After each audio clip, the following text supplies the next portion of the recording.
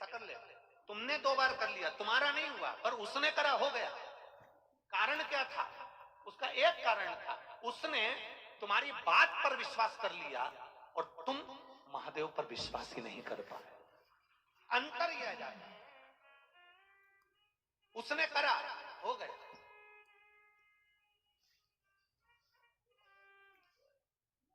कितना?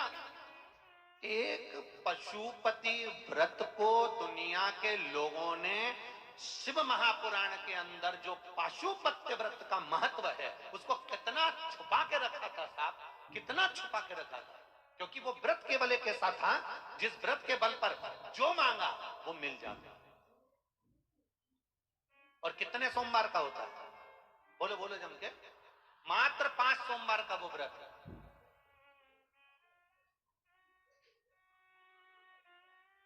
सुबह पूजा की थाली लेकर जाओ, भगवान का अभिषेक पूजन मंदिर में कर आओ।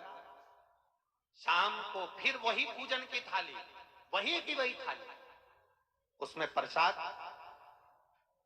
और दिए कितने? 6 प्रसाद। एक पात्र में प्रसाद, 3 हिस्से कर मत ले जाना, एक पात्र में लेकर जाओ। मंदिर में जाकर शाम को प्रदोष काल में फिर पूजन कर लो। पूजन कर प्रसाद के 3 हिस्से कर दो। मंदिर में 6 दिए थाली में से उतार कर जमीन पर रख दो। भूमि पर रखकर 5 दियों को जला दो, प्रज्वलित कर दो। प्रसाद का 2 हिस्सा, 5 दिए जो जलाए हैं वो मंदिर में छोड़ दो। प्रसाद का 1 हिस्सा और 1 दिया जिसको जलाया नहीं है वो जमीन से उठाकर वापिस अपनी थाली में रख लो। बाबा को विनती करो, आज मेरा पहला पशुपति व्रत है बाबा, इसको स्वीकार करना। मीठे का प्रसाद लेकर जाना है, घर में बनाकर लेकर जाओ। उतना ही बनाना जितना मंदिर में लेकर जा रहे हो, उसके 3 हिस्से करने के लिए। ज्यादा मत बनाना। पति पत्नी भी अगर व्रत साथ में कर रहे हैं तो दोनों का प्रसाद अलग अलग बनना चाहिए। कढ़ाई को वापस साफ करना, फिर पति के लिए वापस बनाना। कई लोग एक ही कढ़ाई में हलवा ज्यादा बना लेते हैं, सीरा ज्यादा बना लेते हैं या खीर ज्यादा बना लेते हैं और उसमें से आधा हिस्सा पति के लिए निकाल देते हैं, आधा खुद ले जाती है। अब तुमने पहले ही तो कढ़ाई में से 2 हिस्से कर दिए तो उसका कोई फल नहीं मिलेगा। आप जितना बना रहे हो वो एक उपास के लिए होना चाहिए। पति का उपास है तो उसके लिए फिर दूसरा बना, उसके 3 हिस्से फिर अलग। मंदिर में पहला व्रत करो, भगवान से विनय कर आइए। छठा दिया और प्रसाद का 1 हिस्सा जो लेकर आए हो अपने घर के दरवाजे के बाहर बैठो, आराम से दरवाजे की ओर मुख कर सीधे हाथ की ओर उस दिए को, जो छठा दिया है, उसको अपने सीधे हाथ की ओर, राइट हैंड की ओर, उसको दरवाजे के बाहर जला दीजिए। भगवान से प्रार्थना करिए, मैंने इसलिए ये व्रत करा है बाबा, उसको स्वीकार कर लेना। पहला व्रत कर घर में जाकर भोजन करो। भोजन करते समय सबसे पहले जो प्रसाद का 1 हिस्सा लेकर आए हो, पहले उस हिस्से को पूरा खाइए, उसमें से किसी को मत दीजिए।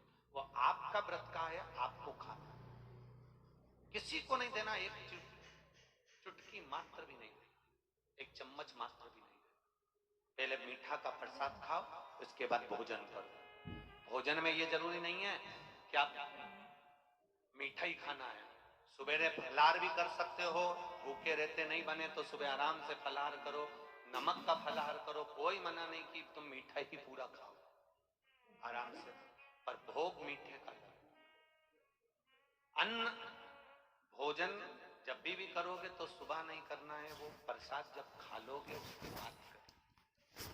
4 व्रत पूरे हो जाएं, 5वां व्रत जब आखिरी का व्रत रहे तब फिर वैसा की वैसे ही क्रम कर 108 या तो बेलपत्र हो या चावल का दाना हो या फूल की पंखड़ी हो, जो आप 108 ले जाना चाहते हो भगवान को चढ़ाने के लिए। श्रीफल 11 रुपए, जो भी आप शिव जी को समर्पित करना चाहते हैं, बाबा को वैसी की वैसी पूजन कर पर थाली जो सुबह लेकर जाओ वो थाली को धोना नहीं है, शाम को वही थाली जाना चाहिए, उस थाली को बदला नहीं जाता।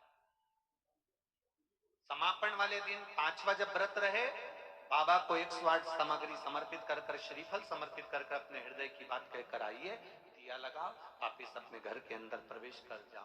बाबा से विनती करो, मेरा विश्वास करता है अगर दिल से पशुपति व्रत किया है तो मेरा महादेव व्रत पूरे होते होते ही तुम्हारा कार्य सफल कर दे। ये पशुपति व्रत।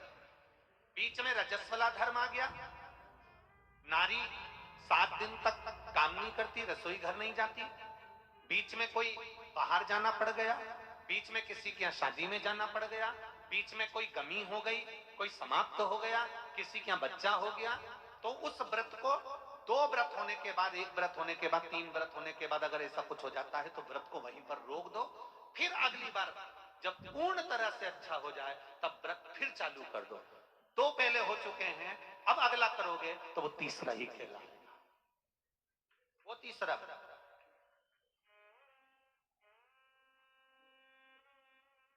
भगवान की भक्ति के साथ ये पशुपति भगवान का स्मरण आप दिल से करो। कितना कितना छुपा हुआ था शिव महापुराण की कथा।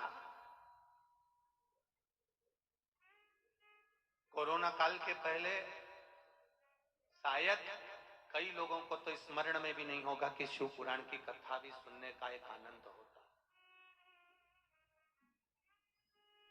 श्री शिवाय नमस्तुभ्यम, ये वो मंत्र शिव महापुराण का है जिस मंत्र का मात्र उच्चारण करने वाले का मुख का दर्शन भी।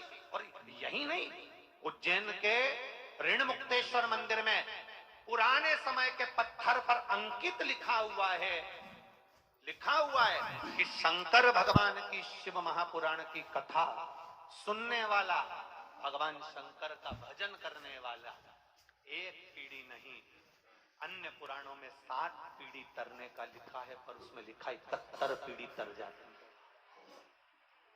71। अब वो 71 पीढ़ी कैसे ली गई?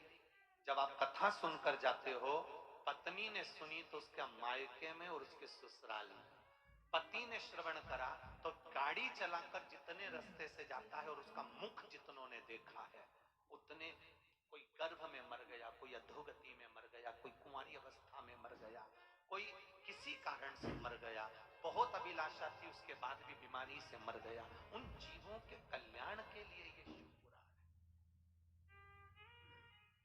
कई लोग शिवपुराण सुन सुनकर शिवपुराण की कथा तो करने लगे, पर लोगों को आज भी श्री शिवाय नमस्तुभ्यम व्यासपीठ से बोलने में संकोच होता है। उनको लगता है ये सियोर वाले महाराज का मंत्र है। भले वो व्यासपीठ से बैठकर शिवपुराण की कथा कर रहे हैं, भले उनने शिवपुराण चालू कर दी देख पढ़कर, पर उनको श्री शिवाय नमस्तुभ्यम उनकी गादी से बोलने में संकोच होता है कि सियोर वाले महाराज का कोई मंत्र नहीं है। उसका तो केवल एक ही निवेदन है कि इस मंत्र को शिव महापुराण आप गीता प्रेस गोरखपुर की खोलिए, उसको पढ़ना चालू करो, उसमें आपको अपने आप मिल जाएगा कि श्री शिवाय नमस्तुभ्यम का लाभ क्या है। उसमें स्पष्ट कर